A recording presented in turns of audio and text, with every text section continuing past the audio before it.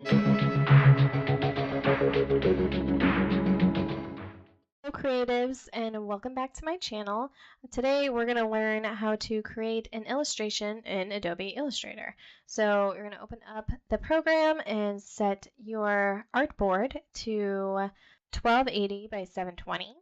And this is the artboard. Whenever you place something in the program, it's called the artboard. We are going to start with a shape. So I'm going to choose the shape tool.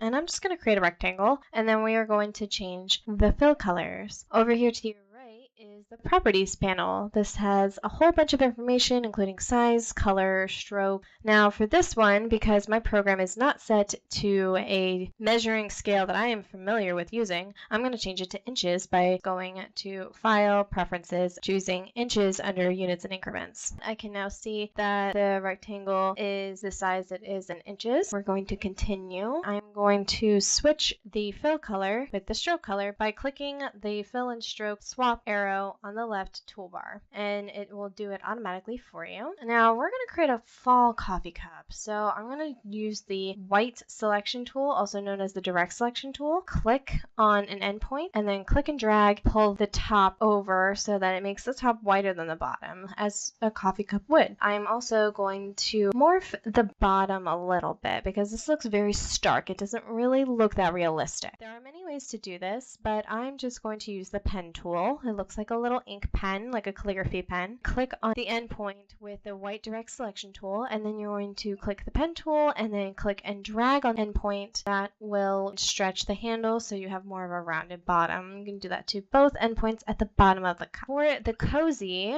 the little cardboard cozy that goes around the cup, I just decided to select the cup that we just made with the black selection tool, or it's just called the selection tool, and then copy and paste by holding down Control C and Control F for paste in place or paste in front. And it created the cozy, and I just filled that with a standard brown color from our preload swatches panel, which is on the right. We should have a top to the coffee cup because it's going to be closed. You know, it's just for aesthetic reasons. And I just created another rectangle. Since the lid comes in and has a secondary section to it, I used the white direct selection tool and pulled in the top two endpoints of the rectangle in a diagonal. I made another rectangle on top of that so that it can be like the lip part that you drink from. Now this, you could either use the regular rectangle tool, or you can click and hold the rectangle tool and get a rounded rectangle tool. So you don't have to do what I did here by resizing it and remorphing it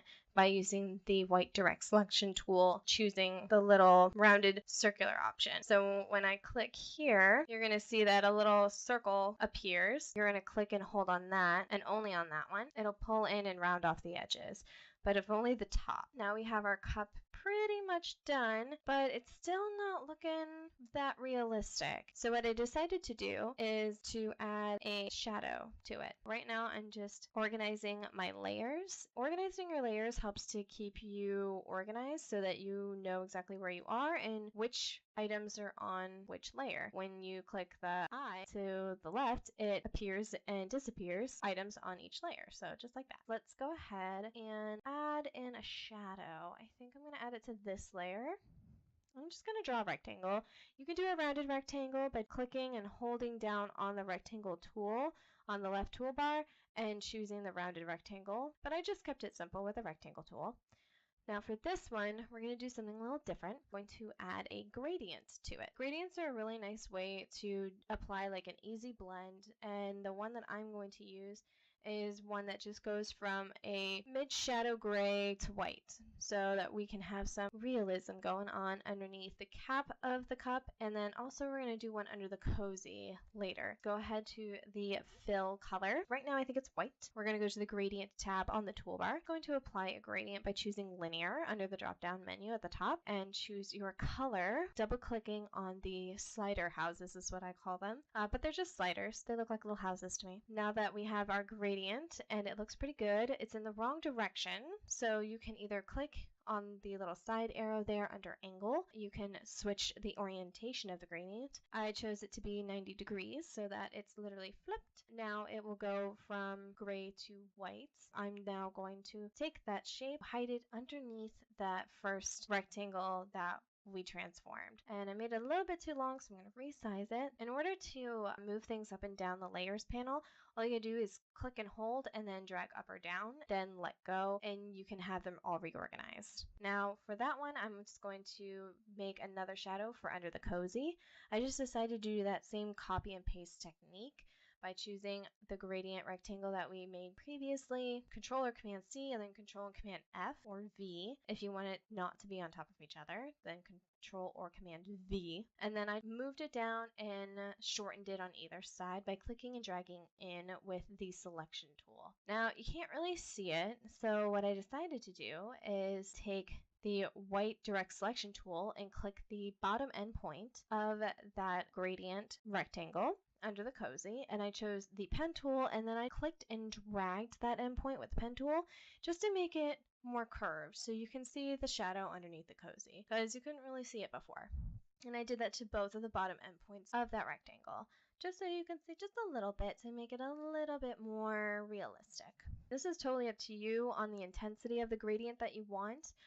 You don't have to use gradients by all means. If you just want a direct shadow, you can do a direct shadow by just doing a light gray shadow in a rectangle or rounded rectangle shape and then putting it underneath by ordering it in your layers panel. I just prefer it this way because it looks a little bit more believable. Let's go ahead and do another gradient, and I'm going to show you a different kind. This one I chose the circular tool or the sphere tool, and you can choose the sphere tool by clicking and holding on that rectangle tool, choosing the sphere tool from there.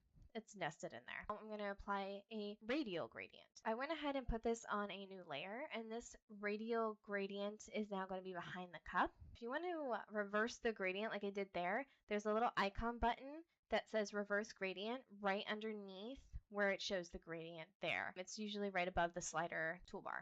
Now I'm going to change this to more of a process blue color just to make it seem like, oh, there's light here, and give it a little bit of contrast. You always like a little bit of contrast. Blue and brown are always great contrasting colors.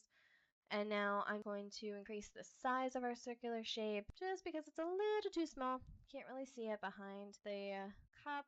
Let's resize the cup a little bit too. I keep accidentally choosing the artboard that I wrote up there because it's on the same layer. We're just going to get everything right in place, how we like it, pretty much centered on the artboard. Just for the sake of this video, you can increase and decrease the amount of gradient that is there within the shape, the slider toolbar in the gradients tool tab. From there, I'm also going to show how to create color themes. There is a box that is a color guide. So I started with the brown, and then I also had process blue. So I figured I'd start with the brown. I'd get more fall colors for that because we're going to go for a fall theme here. And I'm just using the color guide to choose colors that are kind of like either in a complementary color scheme and also a analogous color scheme. So that's where you see all the blues, the peaches, and then with a complementary, you see all like the golds, the oranges, and all that stuff. So I'm just pulling colors from the color guide, and I am setting them up into my swatches panel because there's a little icon button at the bottom of the color guide that says add selected color group to swatches. And then in your swatches panel, you can do the same thing and add it to your Adobe CC library if you have an Adobe CC account. So with this sphere that I chose to be like a beautiful orange color, we're going to make a maple leaf. To do that, you can go under the Effects tab under the top toolbar, and you can choose Distort and Transform. I'm going to choose a roughen, and then you can mess with the selections there between the details and the size. And I chose this just by visually it looks more like a maple leaf. I can work with it.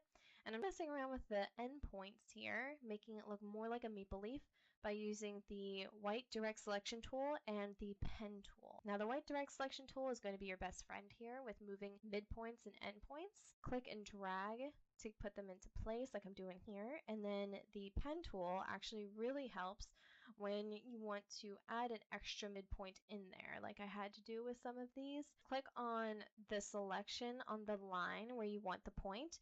The pen tool will have a little plus sign underneath it, and then you'll know that you're on the correct path, and you click and it'll add a little midpoint there for you. And then you can use the white direct selection tool to move things around, put it in the place you want. Visually, does it look like a maple leaf or not? So I'm getting there. It's going to take a little bit. There's that one side that just seems a little bit too long. That little end there just seems a little bit too far back. I'm just going to move them in a little bit. And then I'm going to go ahead and use my selection tool. I'm going to move that into place. It's not really going in the right direction. I've decided to add a little curve to it. So I'm just using the direct selection tool to kind of like add a little bit of curvature to that. And also using handy dandy pen tool to create handles for those endpoints so that I can add the curve. This gives you a lot more practice with the direct selection tool, the selection tool, and the pen tool. Pen tool gets used a lot in illustrating. So I'm just going to resize that by using the selection tool, holding down shift, clicking one of the endpoints of the outer box, and then clicking and dragging, and then it resizes it. For the middle parting of the maple leaf, I decided to use the line tool, which basically looks like a diagonal line. And I clicked a point and then clicked a second point, and it created this nice line. I added to the stroke of that line so that it can have a nice color to it. So it looks like that is the vein of the maple leaf. And I decided to add a gradient to the maple leaf just to give us more dimension. So like we did with our rectangle shadows, we're going to do the same thing to the maple leaf, but instead it's going to be 3 colors this time. So I chose from the swatches that I found using the color guide, and I chose the lightest one for the light shine, and then the mid color is the actual color of the maple leaf, and then I have a darker color for the shadow of it. And I did that again using the more lighter tone colors that I chose from the color guide. So more of a yellow gold, then an orange, and then a deep burnt orange, kind of like a mid-range orange for that one. So we can have different color fall leaves, because not every fall leaf is going to be the same color. That second fall leaf, I used our copy and paste, and for the third leaf as well, just a copy and paste. I also resized them as well, just getting all the colors correct. With gradients, you can also add more sliders by just clicking on the slider toolbar right there, and that way it brings down on any kind of variance that may appear between the colors, because sometimes when you zoom all the way in, you can see like there's like a line difference of color, and it kind of looks like if you were to print something out that it ran out of ink a little bit and like it skipped a little piece of the paper. So I always like to add just a few little extra sliders in there of color just to make sure that you don't see those lines. Right now, we're just going to resize our radial gradient that's behind the coffee cup just to make it look more pronounced. Kind of have like the fall leaves like going in a like sweeping motion across the cup. And then I needed to figure out what to do with the background. This is a pretty cool effect. I literally just copied and pasted that first radial gradient, and I am trying to figure out what color to use. It's looking pretty cool, but I think we can do something different. I want it to still be fall, so let's go through our colors and see what we can choose. Maybe green, maybe deep green, light green, dull green. I'm kind of happy with these two. Let's see how they work. That one's really bright. Okay, maybe not that one. I like this one, so let's go ahead and choose this, our original radial gradient, and change that outer color so that there's not a disconnect there. You know, I kind of like that. I'm digging this. It's really like soft, but you also have that punch of color from the fall leaves. Looks pretty cute. Okay, now I would like to add something a little message to the cup. So I'm just going to use my type tool, which is the little T tool on the left toolbar there. And I'm going to change the typeface over in the character toolbar, which is on the right. And if you click on the character toolbar, you can change the font and you can see it in real time like there. It was rolling through. And I have this really great font. It's called Victor. And the Victor font is really, really nice. It's very more like a script font, but it looks like it was hand lettered. It's really pretty. And I'm just resizing those and making the fill color white. I know I zoomed in a little bit here, but I'm just wanting to make the fill color white so you can see it better. I'm resizing it to nest them into each other. In hindsight, I decided to change the background gradient, and I took that green that we chose for our radial gradient and I put it in the slider choice and made that go out and gradiate towards white so that we have just a more refreshing light feeling for the background. I also decided to add in little white specks to showcase the crisp, fresh air of fall and autumn. And I did that by just choosing the circular tool once again and creating little circles by holding down Shift and making spheres the same size all the way around by holding down Shift, click and drag. And then I decided to copy and paste those fall leaves that we had and just create more of them and have them coming down in a sweeping motion from the upper right. Due to perspective reasons, I resized them starting from small in the upper right, going to large down in the foreground, getting them in the right size and in the right position so that it looks more believable. And that is our tutorial. I hope you guys enjoyed this. Feel free to speed it up or slow it down, however fast you work. And please let me know if there's anything you want to see more in depth with it, whether it's gradients, the pen tool, the direct selection tool, or even with fonts. And I will see you soon, creatives.